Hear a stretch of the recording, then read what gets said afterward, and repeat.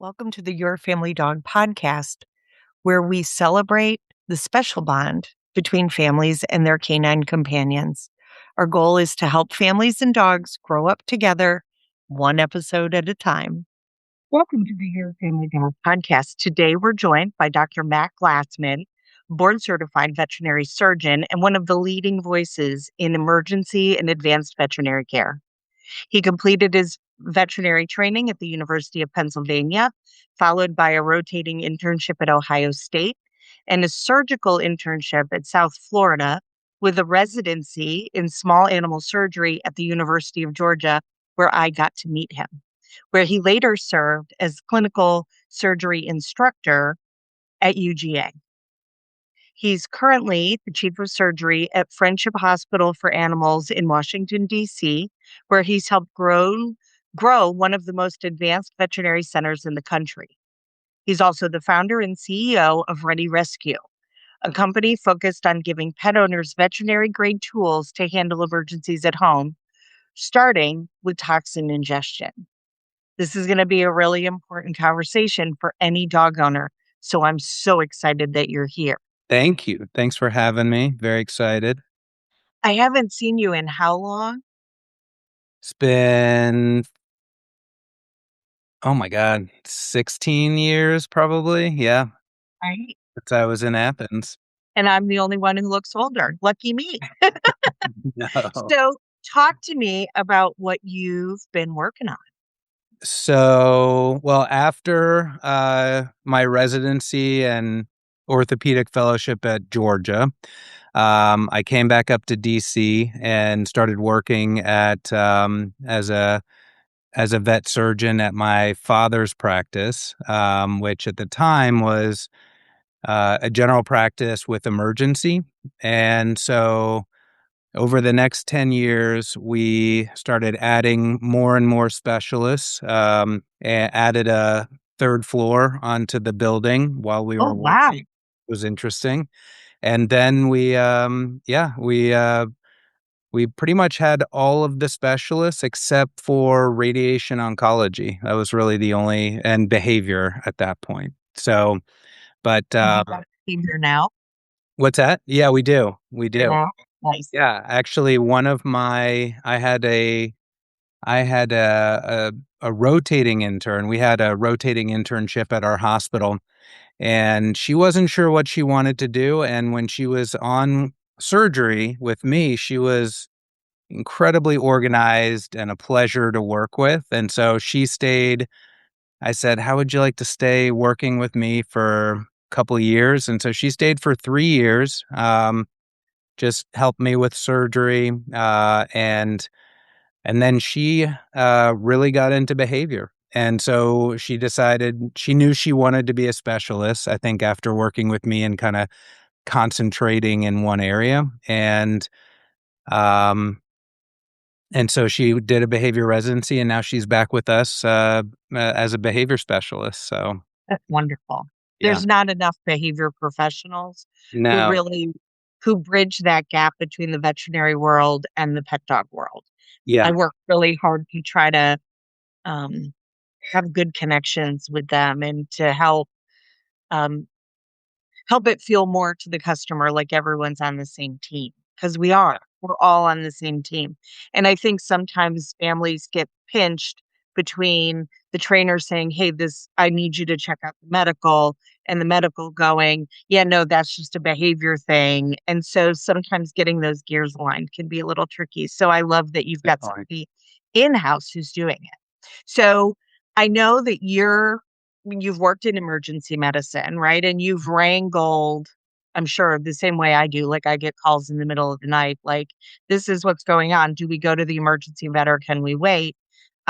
I always lead with, "I'm not a veterinarian." Yeah. But I also do know things, right? Like, I've done this a long time. And so sometimes I can walk them through, well, this is what I would do, but, like, again, not a vet. So I love that you're starting a company that's specifically designed to help people bridge that gap between, like, my vet's open and it's easy to get in, which right now it's kind of hard to get in with a vet, and my animal is having a hard time. What do I do? So Yeah. can you talk a little bit about that gap from Ye- the physician side? Because I really only know it from like the dog owner trainer side. Yeah. So I'd always noticed in my career, I wasn't really able to like consciously verbalize it even to myself, just how how helpless a lot of pet owners are in terms of taking care of their pets. And it really wasn't until COVID rolled around and we really had that increased demand in pet care and constrictions from COVID that we saw emergency rooms shutting down for the first time in my career. Like we would never think to turn anyone away before COVID. And then around COVID, we were just inundated. And there were times when I was waiting for emergency surgeries to come in, and I'd be waiting and waiting and then call whomever and they would tell me that they were turned away by the emergency room. And so then I'd get on the computer and I'd look to see what was more important than that animal who needed surgery to coming in. And invariably, it would be things that were emergencies to the pet owner, but really weren't emergencies, like the diarrhea, the torn nail, the ear infection, the runny eye, the red eye, stuff like that. And at that time, I wouldn't say it was an epiphany, but like it made me kind of question what we were doing in veterinary medicine. And when you like if you step back and contrast uh, how pet owners take care of their pets in terms of when they go to the hospital and how we take care of ourselves and our kids in relation to when we go to the hospital, it's so different. When you or I have a headache or have GI upset or whatever, we're not going to the emergency room. Um, Right. but that's the norm in veterinary medicine, and it is accepted, and it's like expected. And so But some of it is because it's a little bit like when our kids are really little, right? yeah, We don't know. Well, one, it's a smaller creature, generally yeah, speaking. And so that feels more urgent. And they can't talk, they can't tell us what level of suffering is actually occurring right, and give us information that allows, like, I can turn to Christopher and go, "Hey, you're acting goofy. Do you have a headache?" And he could be like, "Oh man, yes, I have a massive headache." And then we can kind of navigate that. right, Or if I have a child who says my throat really hurts, I can navigate, okay, that's strep throat. We don't need to go to urgent care. We can make an appointment with the pediatrician and everything will be fine. But with our pets, we are out of our depth because they can't always give us that feedback loop. And a lot of times, dogs and cats are so stoic that by the time they're there's responding about something, we're like, "It's a 911. My dog's never done this." right. So at that time, I did a survey of veterinarians and asked them, what percentage of emergency cases do they see that they would say don't wind up with an admission to the hospital and really are more to say where they would say it's not a big deal, go take some Pepsid or go get some Benadryl for this or that problem and just give it some time. Don't feed them, their normal food for 24 hours, stuff like that. And it ended up being like 40%. So, and that's And that's just a big expense for owners too, a huge right? expense for owners, and it's a burden on the hospital and those animals that like really need to get in. And so it kind of started this desire to build a company that our tagline for a little while was making vet sense common sense, where, as a vet, I'm able to look at an animal and determine what's an emergency. And if there's a little bit of an issue, but it's not a big issue, I'll give them some Benadryl, I'll give them some whatever. And so we, my initial plan was really to bring over-the-counter medications and treatments to the pet space. You go into CVS right now, there are 30 different types of Pepcid, different companies, different colored pills, but when you look at it, they're all exactly the same, but none of them are labeled for pets. All No. of them have the same indication in people. And so, there's absolutely no reason that that should be the case. And so that was really our mission starting out. And the first product that we brought to market was really an innovative charcoal product. So, as you know, activated charcoal is used for emergencies for pet intoxication. So, if a pet eats something poisonous, like think chocolate or human medications, you can give them charcoal, and the charcoal binds indiscriminately a lot of different things. It just binds it and holds it in the stomach and carries it through the GI tract, and they poop it out. So they're absorbing less of that poison. And the internist, one of my friends from Friendship Hospital where I work, he does dialysis. And so he was telling me about this activated carbon that is like a lab grown activated charcoal. It's much more dense. It's clean. It's made with little beads instead of powder. And they use it in dialysis tubing to pull toxins out of blood. And they had to make something different because blood doesn't flow very well through charcoal powder. It would make like mud, and so they needed something where blood could flow through these beads, could pull the toxins out, and then put the blood back in the animal. So he was saying, before we do Pepcid and stuff like that, we should really focus on this need of an emergency charcoal, because when a pet is intoxicated or poisoned by something, the time to treat them is Wow.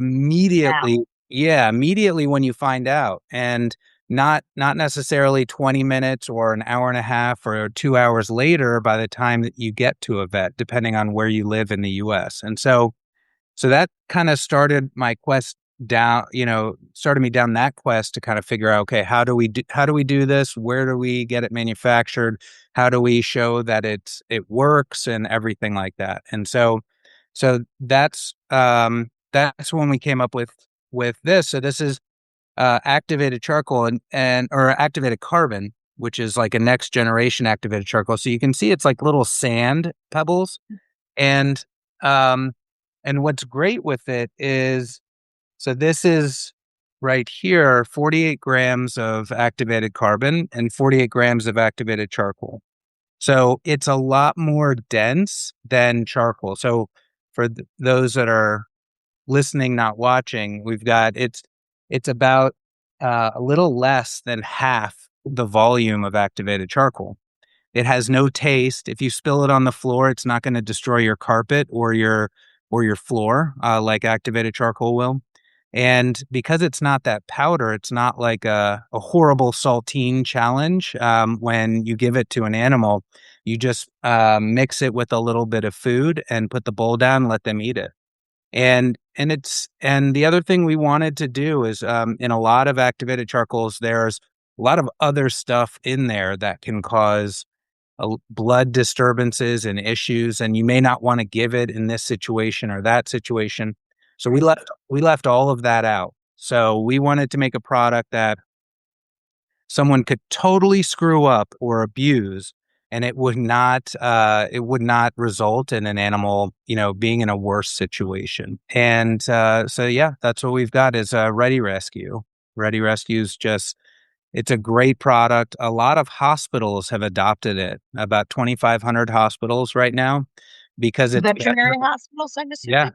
veterinary hospitals. Yeah, Kind of because surprised that it hasn't crossed over into implementation I for I parents. hope, yeah, I hope so one day, because Some things, we have a lot of medications and um, things that cross from the human population into our vets, but there are a few that yeah. cross the other way, which often are really fantastic products. So, how does a family understand? So, I'll give you my cat and I had a disagreement last week.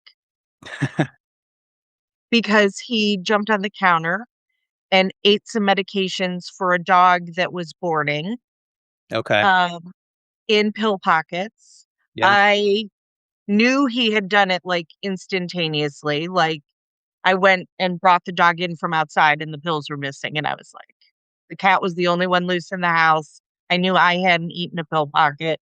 So it was the cat. Yep. So I grabbed my hydrogen peroxide and the cat and some towels and paper towel and headed into the bathroom, which was Yeah. easy to clean. Yeah. And just and I got a syringe. So I drew hydrogen peroxide up, injected it kind of into his throat to make him vomit many times, um, until I got the pills out because I was Yeah. like, we are not doing that. You Yeah. naughty, naughty cat. So how does a family now? I'm a little bit of a cowboy. Yeah. So I've been through some my animals ingesting some things, right? So if I know immediately it happened, I'm like, hydrogen peroxide will do the job. They'll Ralph it up. I can double Yeah. check and make sure everything's there, and then we're in the clear. If it had been 2 hours, I wouldn't have had that option, and we would have been going to the vet. Is Yeah. that a situation where Ready Rescue would have been like the perfect solution? Yeah, absolutely. One of the things with hydrogen peroxide is that, that a lot of people don't, I mean, you kind of intuitively get it, but or you kind of get it, but intuitively sometimes not, is that it works by burning the tissue, by burning the esophagus, burning the stomach.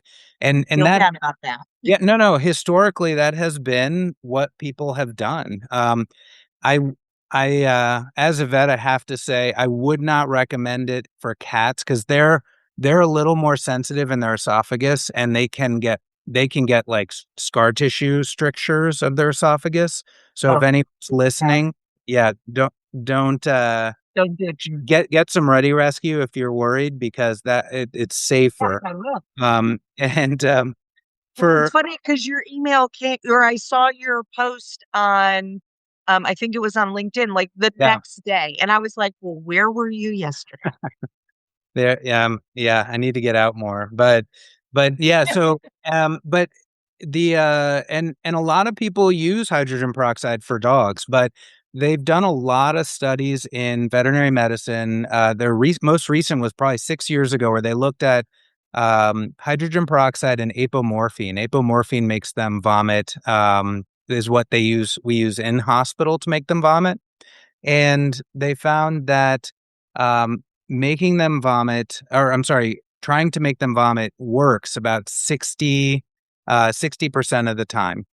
But when it works, when it brings it up, it only brings up on average about 45% of the toxin.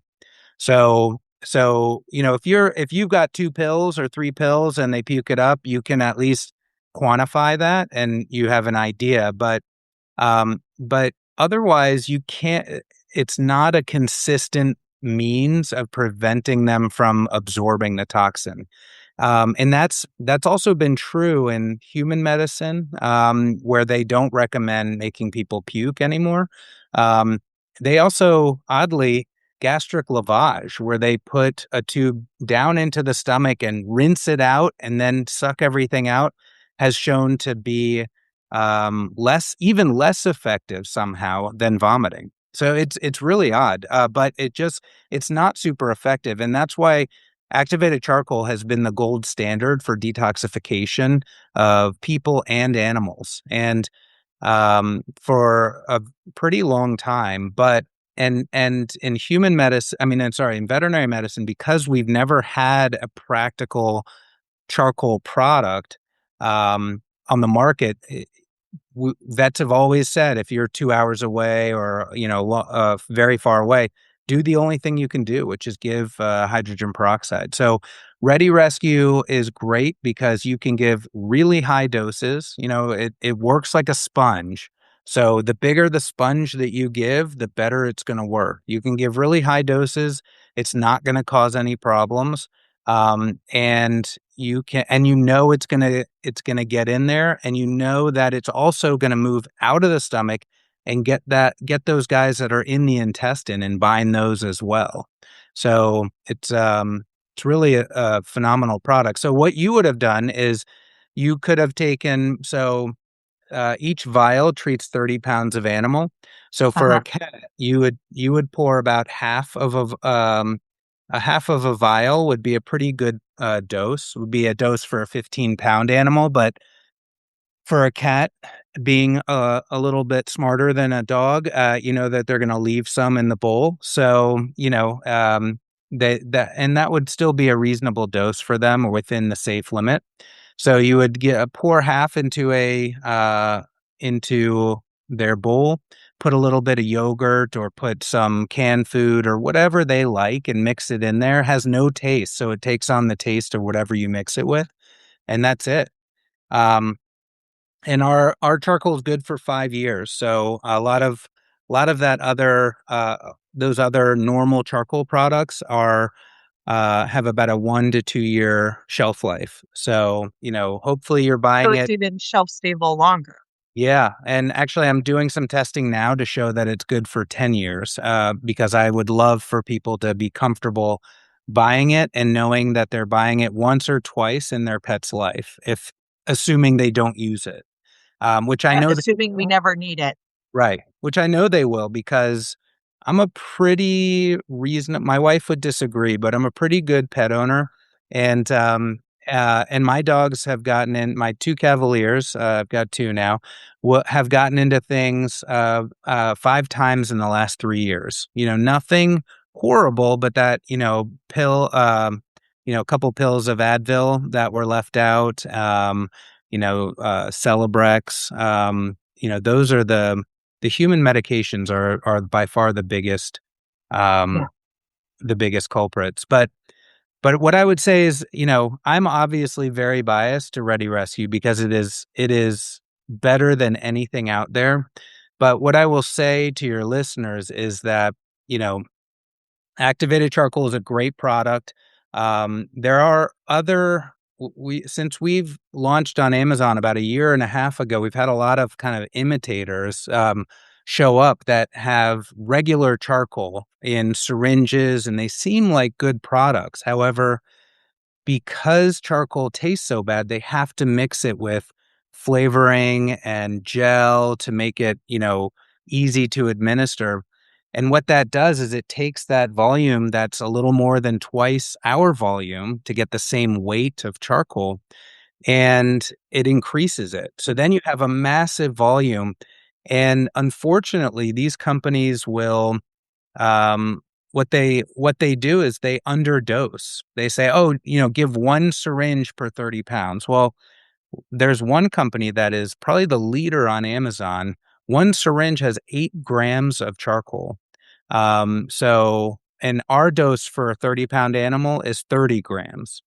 So they're well below the lowest limit that we recommend in veterinary medicine. And so if anyone gets charcoal, I would, really look at how much weight of charcoal are you giving per dose, and I think they'll find that there is nothing that compares to ours. But So I'm on Amazon while we're talking. I know I probably yeah, shouldn't do that, but I am. no, it's all right. Um, and this is very affordable.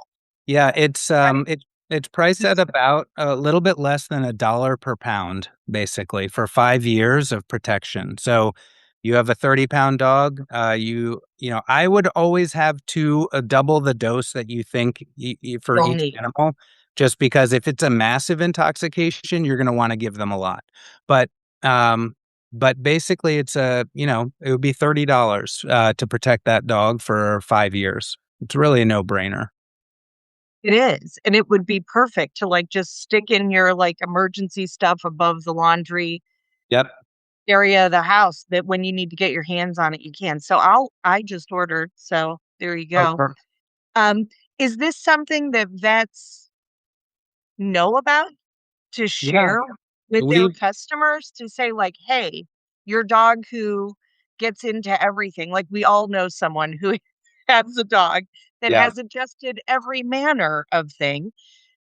Is this something that puppy owners should have? Like, talk to me about like should you not really use it with a puppy if they've ingested something they're not supposed to have?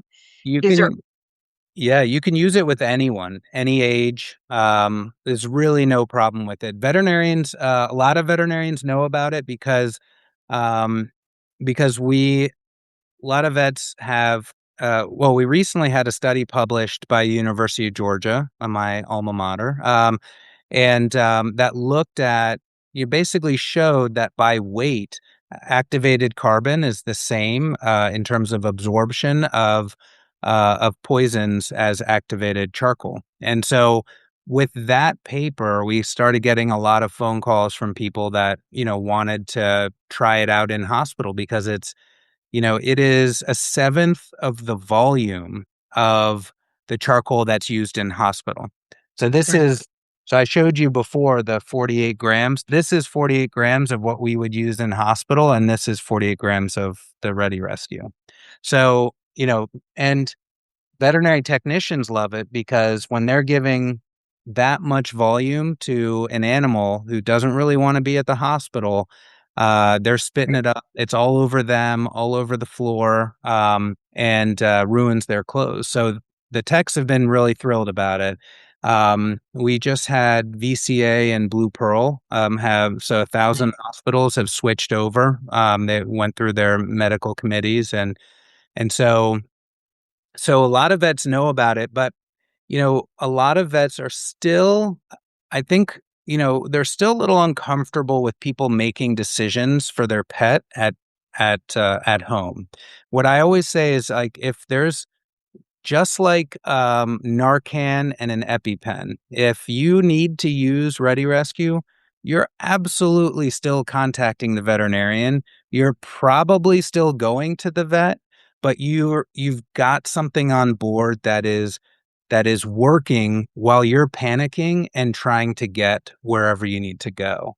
So veterinarians that are in South Dakota, Arizona, less densely populated areas where after hours it could take 2 hours to get to an emergency vet, they're telling all of their clients to purchase this and have it on hand. In more populated areas, where it might take 20 minutes to get to a vet, best case, or 30 minutes, a lot of vets are not as forthcoming with recommending it.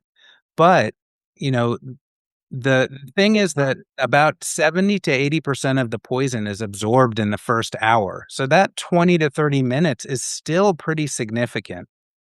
and so honestly, owners are making decisions for their pet's health every minute of every day. Yep. Like, we don't know everything you know, of course, but people aren't, generally speaking, gonna immediately jump in the car and come to the vet. And even if they did, most vets don't have space in the calendar and the appointment to get them in. Yep. So, I mean, we had veterinary emergencies that happened kind of around the holidays this year. There was no way I couldn't get into my vet. Yeah. We were just stuck. So, fortunately, I know a lot of vets. So I can make a bunch of phone calls and wrangle someone and love them deeply for helping me, but Yeah. not everyone's in that situation. And it sounds like me as someone who the person calls and says, "My dog just ate blah, blah, blah. What do I do?" I've always given them the poison control number, Yep. explained that they're going to charge them some money, but that money stays with the case, telling them about this Ready Rescue. If it was available in a Walmart, at a PetSmart, at a Pet Supplies Plus, at a PetSense, at your local vet, like, We're at PetCo now, PetCo and Chewy. So the other right. two places. So yeah, like just being available, like I'm gonna have it on hand. I'm not gonna, because now I feel really bad about the cat, but No, no, I didn't want to out you. I just didn't want you to. I didn't want you to have any it's the problems. only time, it is the only time I've ever done it to the cat, and I didn't know anything else that would make him barf. No, you're right. I mean, making a cat vomit even in hospital is very, very difficult. So I was determined. The yes, cat was very mad at me. And I was like, good, yeah, because we've had this conversation, dude. Like, just He's such a stinker. Yeah. And will he take a pill when you want him to take a pill? No. Yeah. But if he thinks he's getting by with something, Right. the state Exactly. ought to do it. But So, the status quo is really hard to change. I mean, can you imagine if and like you said, the consumer makes a lot of decisions for their pets. Can you imagine? I mean, there is absolutely no way we would have fresh food for dogs if we waited for veterinary. And I'm a veterinarian, and I say this with absolutely. if we waited for veterinarians to trumpet it. There's Well, no. I mean, those of us who have made a career learning an awful lot about nutrition Yeah. are generally going to vehemently disagree with a veterinarian Yeah. because And we know more, right. No, I right? And and I hate that that puts us at odds. Like that sucks. I don't like that. I don't like ever being in a situation where I'm like, yeah, I'm going to disagree with your vet on that. Um, but you guys can't know everything, and neither can we. yeah. No, So, and we know what we know because we were told what we know. So unless you have a desire to think outside the box, like you're gonna stick with the same dogmas. I remember, I mean, so when we're in surgery, there's a lot of time talking, just talking while you're doing stuff. And one of my soapboxes used to be, when, talking to an intern about raw food or about, those types of things. And, they would list like, it's terrible for them. They could die from the salmonella and all of this and all of that. And I'd be like, I hear you. When was the last time you saw a dog or cat come into the hospital with salmonella, or another infection from a raw food or whatever? And then they'd be like, well, maybe like last year I heard about, and I'd be like, okay, great. When was the last time you saw a hyperthyroid cat or a hypothyroid dog? And it'd be like, 5 minutes ago, So I think everything is, you yeah. can, you can punch holes in everything, but And none of it is really a zero-sum game, right? yeah, Like, exactly. I'm not gonna feed what my vet, who I adore, I love her, I am not gonna feed what she recommends. Yeah, I'm not. And part of it is because I know more. But I am gonna hear her out, and and what I tend to do is say, "Okay, what is it we're trying to control for?" right. So that Well, I understand what the goal for what she's recommending is. Um, and I think the more that and frankly, when I had cancer and asked my oncologist, "Is there anything I need to adjust in my diet?" She looked at me like I had 72 and a half heads, yeah, right? I think that there's a big disconnect between providing medical care and building health. yeah, And those of us who are more on that nutrition end of the continuum, we're trying to build health and longevity, not feed cereal. right. Right. How horrified how horrified would you be if you were at the zoo and you saw the keeper roll out, with a giant bag of cat food and just dump it into a bowl For for the a long yeah. I mean, right. it's a funny meme to think about, but it's not the same thing, but it's also not the same thing, you I know? had I had a really sweet zoo vet say to me, "Well, Purina makes a great monkey chow." And I thought, "Okay, how is monkey chow better than actual food?" Yeah, Like, I will say that there are some cities I go to, Asheville, North Carolina, I'm talking about you. None of those vets have Science Diet in their offices. They have yeah, recipe book yeah. and here, That's cool. right? Which is great. But it's hard. It's definitely hard in a college town that has a university that has a vet school Mhm. because it's Live it's vets. it's the Voldemorts. That's all they want to talk about. And I'm like, yeah, no, we're going to talk about some other stuff. So, okay, let's get off the food thing because I don't want to make No, all the it's vets mad. one of my favorite. So, Sorry, vets. Sorry, I'm a vet. I didn't mean it. and building health and caring for them medically are sometimes two different things. I learned through my own illness that they knew how to get me not dying Yeah. but they didn't know how to get me back where I was before I got sick.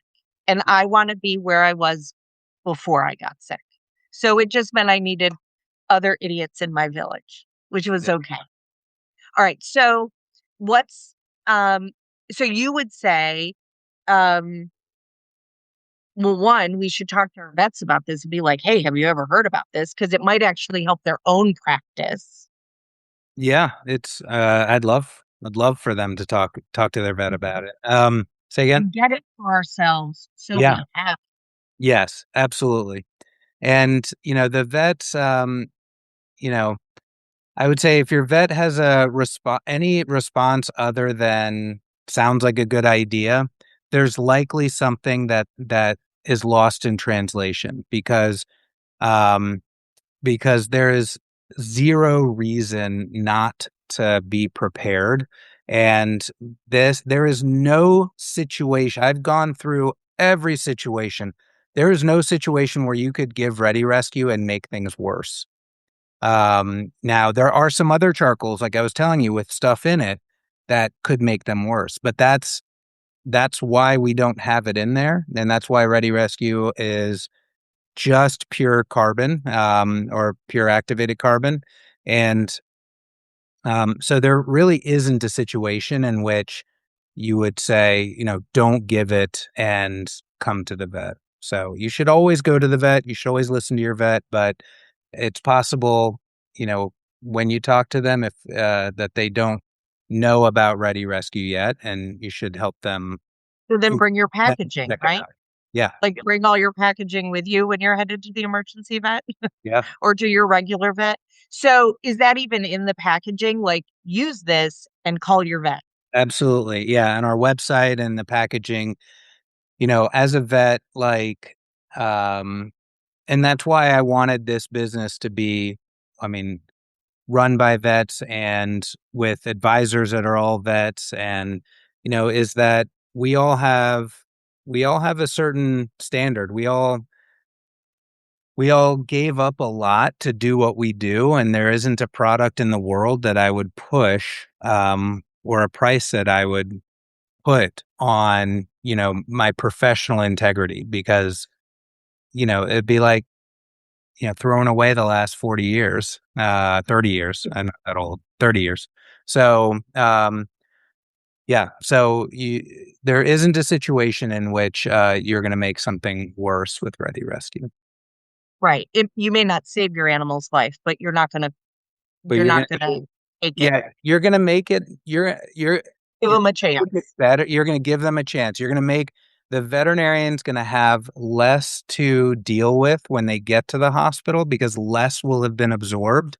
That your pet will have less to recover from, because they'll have less damage done to their kidneys or liver, with charcoal on board binding the toxin.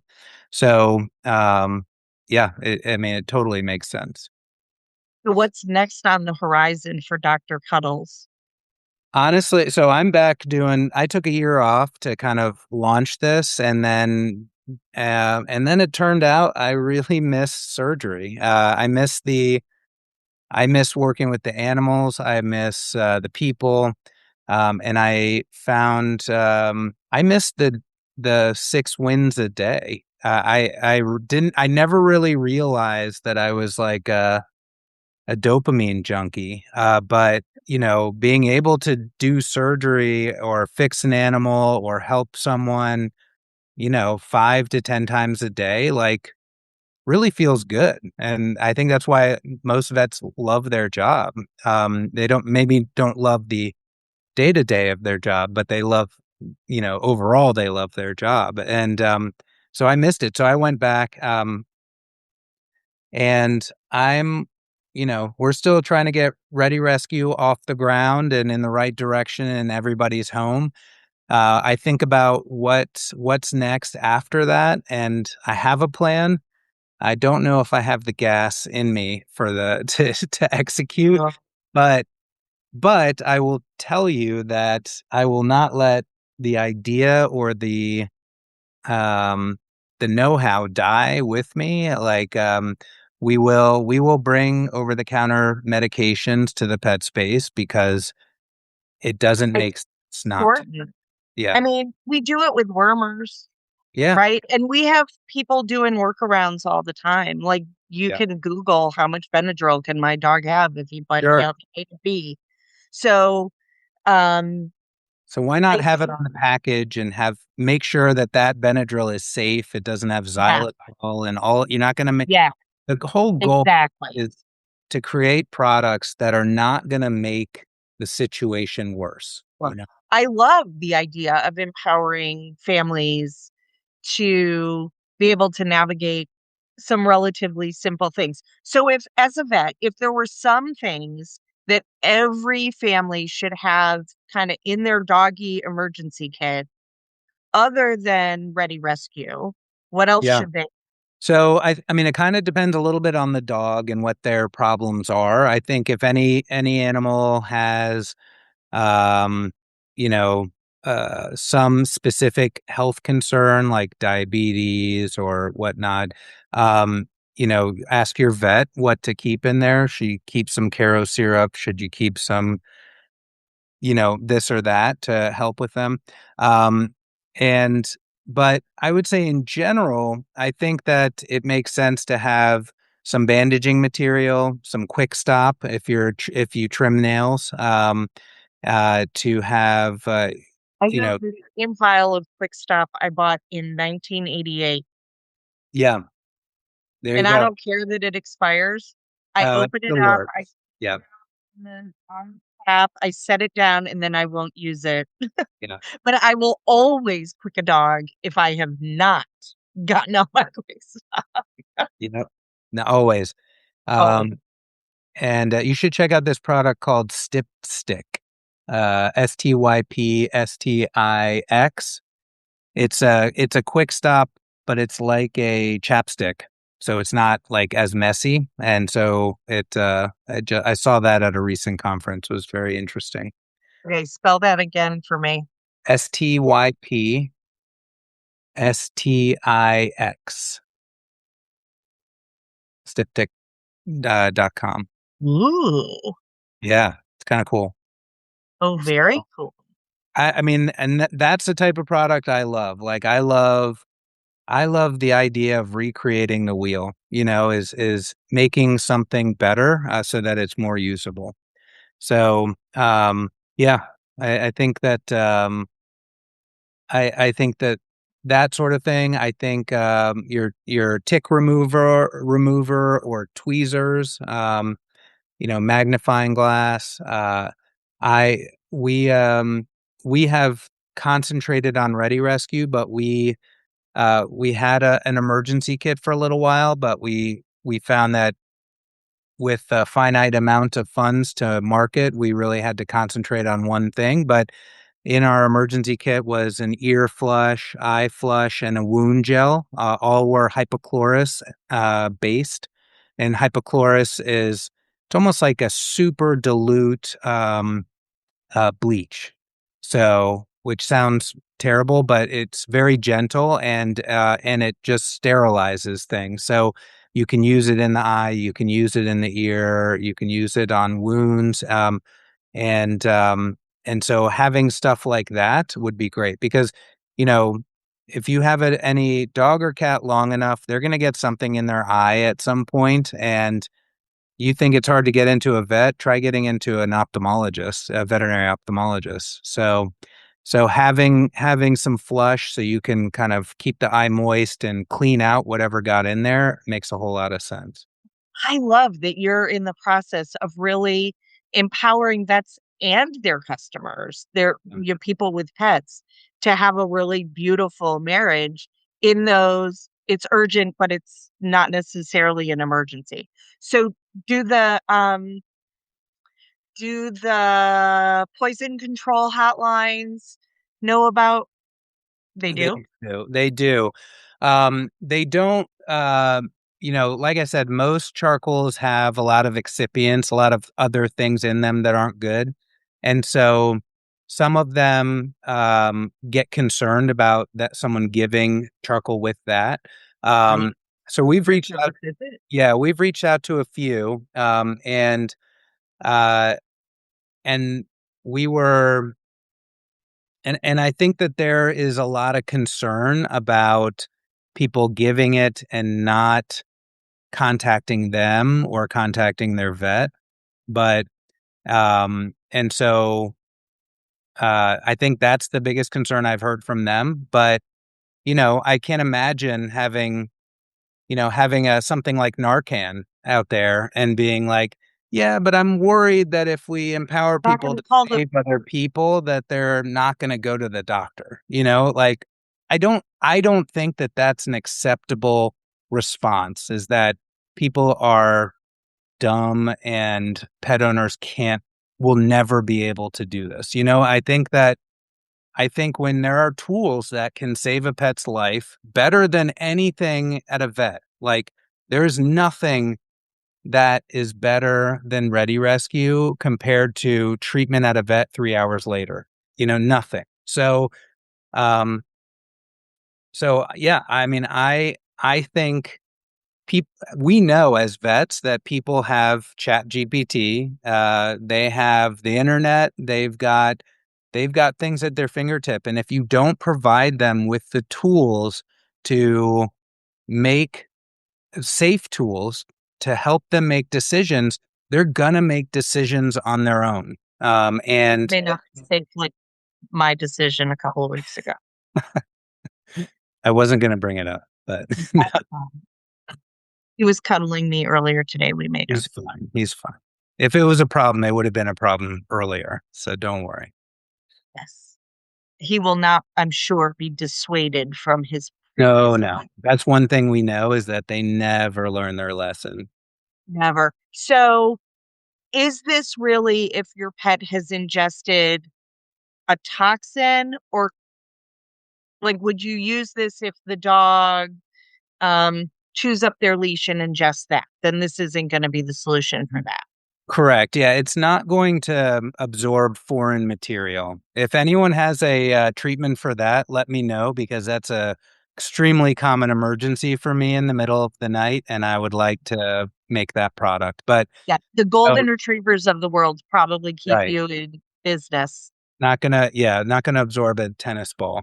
So it's gonna absorb, think like grape raisin type of toxin, Macadamia nuts. chocolate, macadamia nuts, things, THC is a big one now, so CBD, THC, it'll absorb that.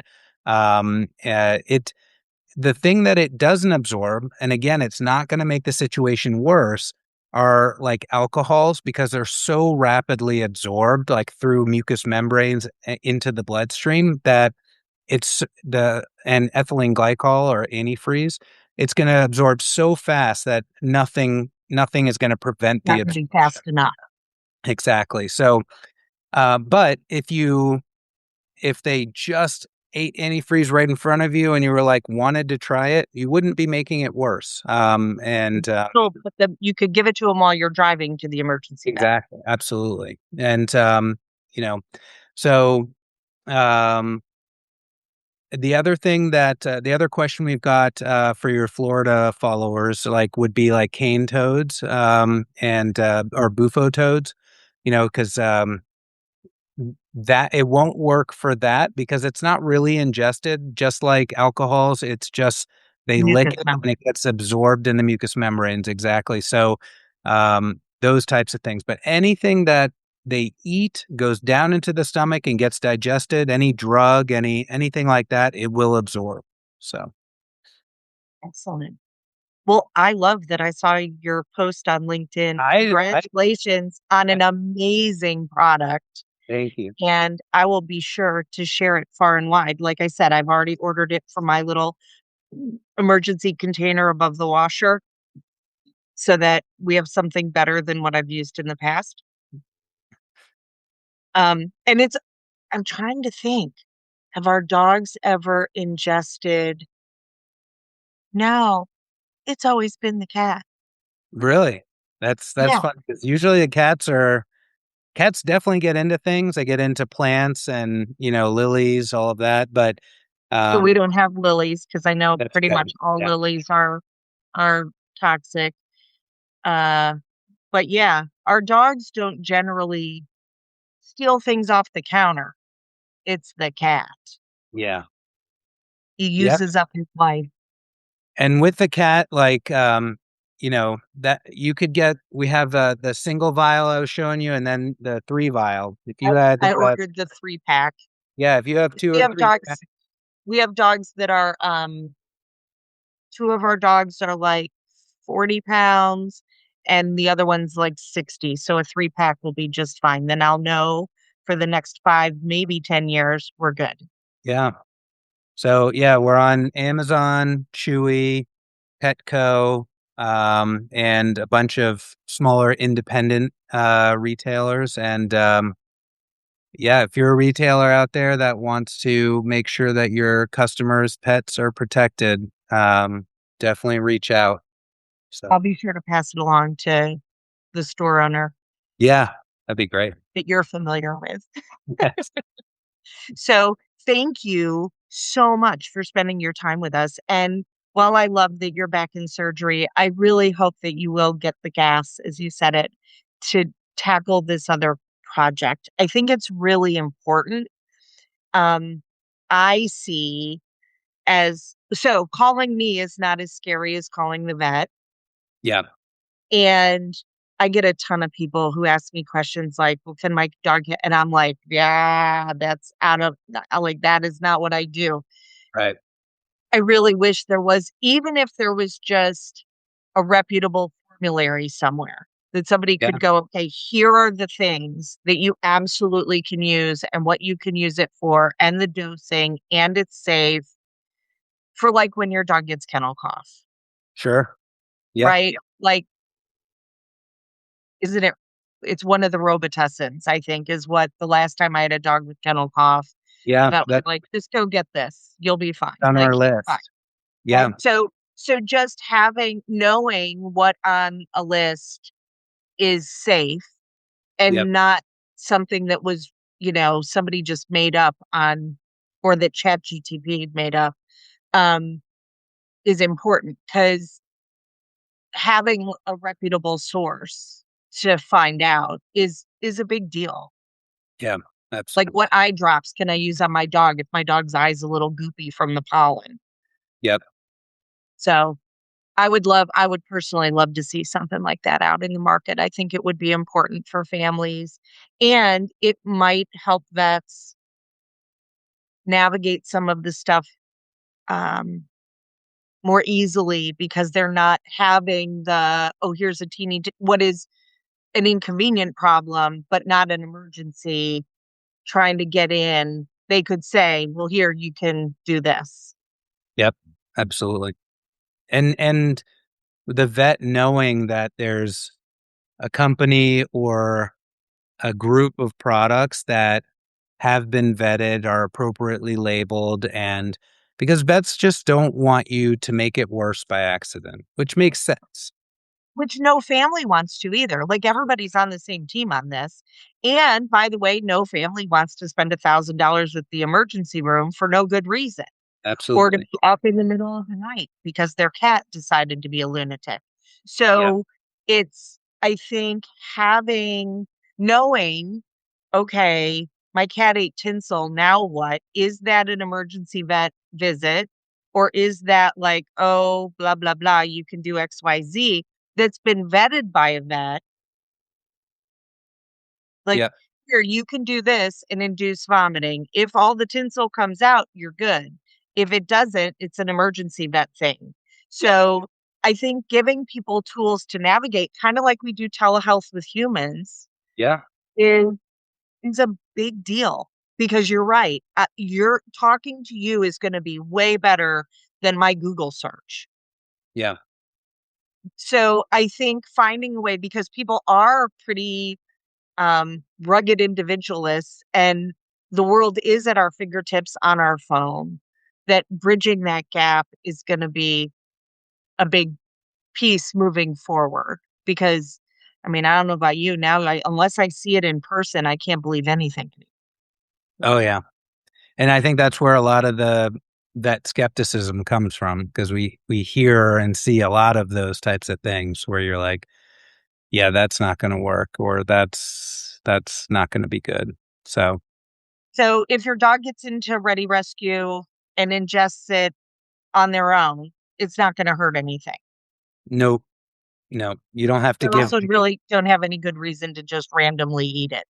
Yeah, but they have no good reason to eat anything else. But no, I mean, it's very secure in the box and in the vials. But I mean, it's like the most inert substance ever. Right.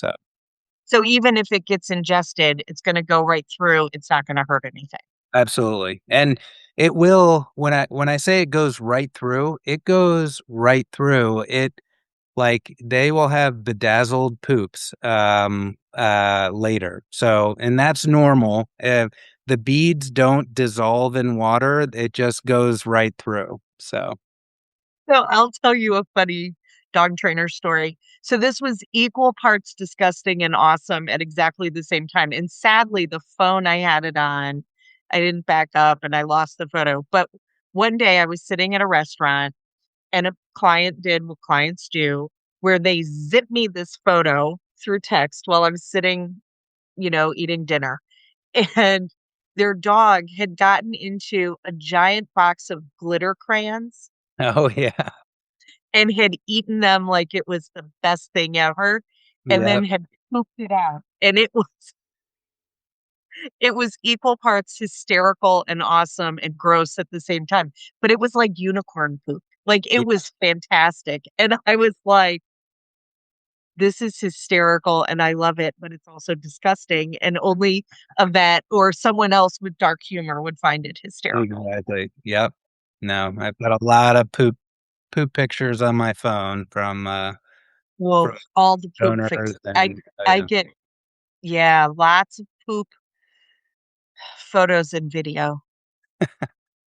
And I'm like, "Ooh, thanks. More to yeah, girl next time. yeah, exactly. I'll just leave my sandwich." Give me a heads up. Yeah. Well, Dr. Glassman, thank you for loving the world such a beautiful way. I will do my part to try to spread the word and even introduce you to some other people. And I my Ready Rescue is already on the way. So it'll be Sound in my cabinet and I hope it'll be in lots of people's cabinets because that's a really beautiful, elegant answer. And I am, as much as I've been cavalier about like, oh, I hurt the cat. Now I really genuinely do feel terrible. And I'm glad that I've got something on the way that's gonna mitigate that from ever happening again. great. Well, it's And good to see you. I would love to talk to you again if you'd ever like to come back on the podcast. Sure. Please do. Actually, it might be a really fun podcast episode to do, like the trainer and the vet with kids and Okay. dogs, and to Yeah. talk about it. That might be really fun. So Sounds good. if you can, so first go out and get yourself some rescue remedy because you're Ready, gonna. rest. Oh, Ready Rescue. I did it the wrong way. Ready Rescue, because you're gonna need it, and you're not gonna get a lot of warning. It's like a stomach bug, right? I clean Yeah, the toilet every day because I've never planned a stomach virus. that's right. Get your Ready Rescue so that you have it on hand if you have an emergency in the future, and please share it with the people around you who have no idea that this new product exists, that it's super benign and very, very helpful for families and their dogs. If you enjoyed today's episode, please like and share, give us a rating or a review. If you want to reach out to Dr. Glassman, you can reach him at You can reach me at info@readyrescue.com. And I check that constantly. So and I do love that you came up with Dr. Cuddles. It cracked me up. I was like, that's hysterical. Like, I it's love it. my high school friends love that as well. Oh, I bet. I bet you hear about it all the time. Oh, all the You time. can also you can also reach out to the podcast at yourfamilydogpodcast@gmail.com and go give your dog a cookie. See you next time. That's it for today's episode. Thank you so much for spending part of your precious day with us. If you enjoyed the show, be sure to follow, rate, subscribe so that you never miss an episode. We'd love to hear from you. Connect with us on social media or email us at yourfamilydogpodcast@gmail.com. We'll see you soon.